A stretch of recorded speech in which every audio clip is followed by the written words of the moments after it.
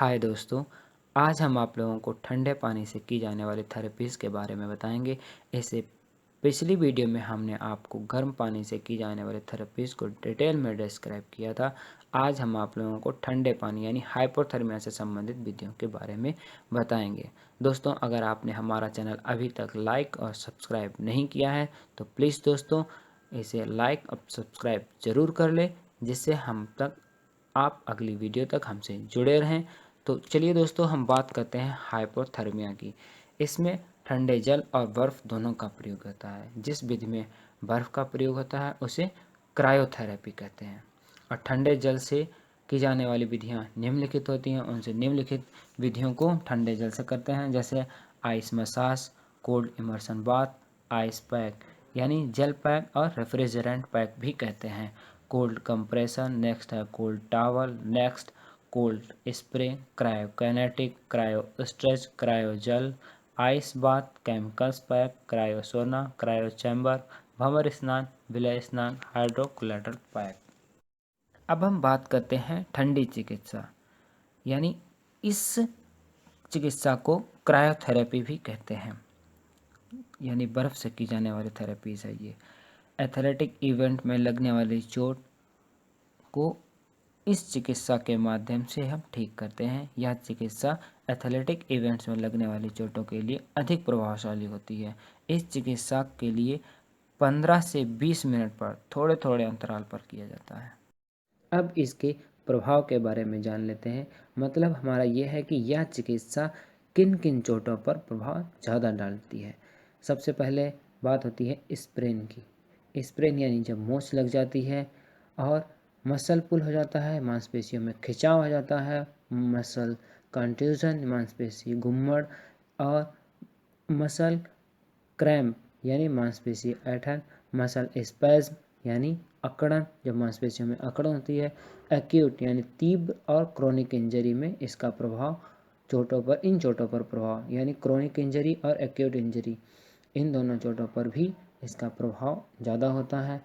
इससे दर्द, ऐंठन, सूजन आदि कम होती है। इस चिकित्सा के प्रयोग से ये चीज़ें कम हो जाती हैं तथा त्वचा में रक्त परिसंचरण बढ़ता है, जिसमें रक्त का स्राव, रक्त का आदान प्रदान तेजी से होता है। इस उपचार का प्रतिकूल प्रभाव भी पड़ता है। अगर ये उपचार अगर किसी गलत ढंग से हमने कर लिया तो इसका प्रतिकूल प्रभाव, उल्टा भी प्रभाव पड़ सकता है। जैसे रक्त परिसंचरण में बाधा उत्पन्न हो जाएगी, रक्त हमारा जमने लगेगा, उसमें बाधा उत्पन्न होगी और ठंडे से एलर्जी हो जाएगी। अब इस चिकित्सा को कैसे करेंगे, मतलब इसकी तकनीक क्या है। चोट लगे अंग को पॉलीथीन या कपड़े से पहले ढक दिया जाता है। उसे हम चोट को ढक देंगे, फिर उस चोट पर बर्फ़ को रखेंगे या उसे रगड़ेंगे उस चोट पर, या फिर उस चोट पर हम उस बर्फ़ को बांध देंगे।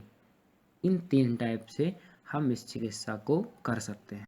अब हम बात करते हैं आइस मसाज यानी बर्फ़ मालिश। यह हाइपोथर्मिया का पहला पॉइंट है। इसके बारे में हम आपको बताएंगे। इस क्रिया में हम बर्फ़ को पॉलीथीन में डालते हैं, फिर इसको चोट लगे भाग पर हल्का हल्का रगड़ते हैं।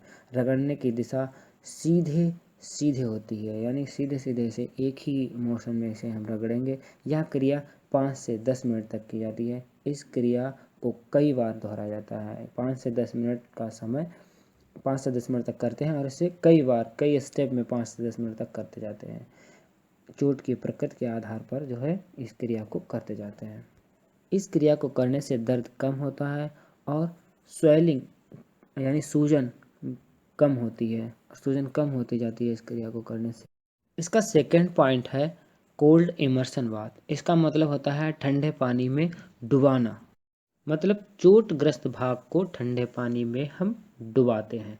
इसमें एक टब में जल लिया जाता है जिसका तापमान होता है 0 से 10 डिग्री सेल्सियस, और इसे हम चोटग्रस्त भाग को 10 मिनट तक पानी में डुबोते हैं।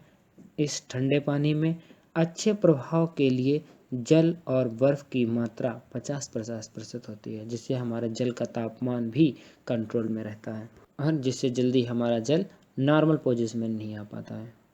चोट की प्रकृति के अनुसार इस क्रिया को 10-10 मिनट तक कई चरणों में दोहराया जाता है। थर्ड पॉइंट, आइस पैक, बर्फ़ की थैलियाँ यानी जेल पैक और रेफ्रिजरेंट पैक भी कहते हैं।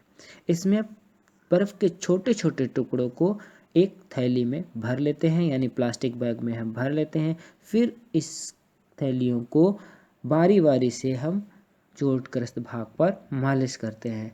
इसकी ड्यूरेशन होती है 15 से 20 मिनट, मतलब 15 से 20 मिनट तक इस क्रिया को किया जाता है।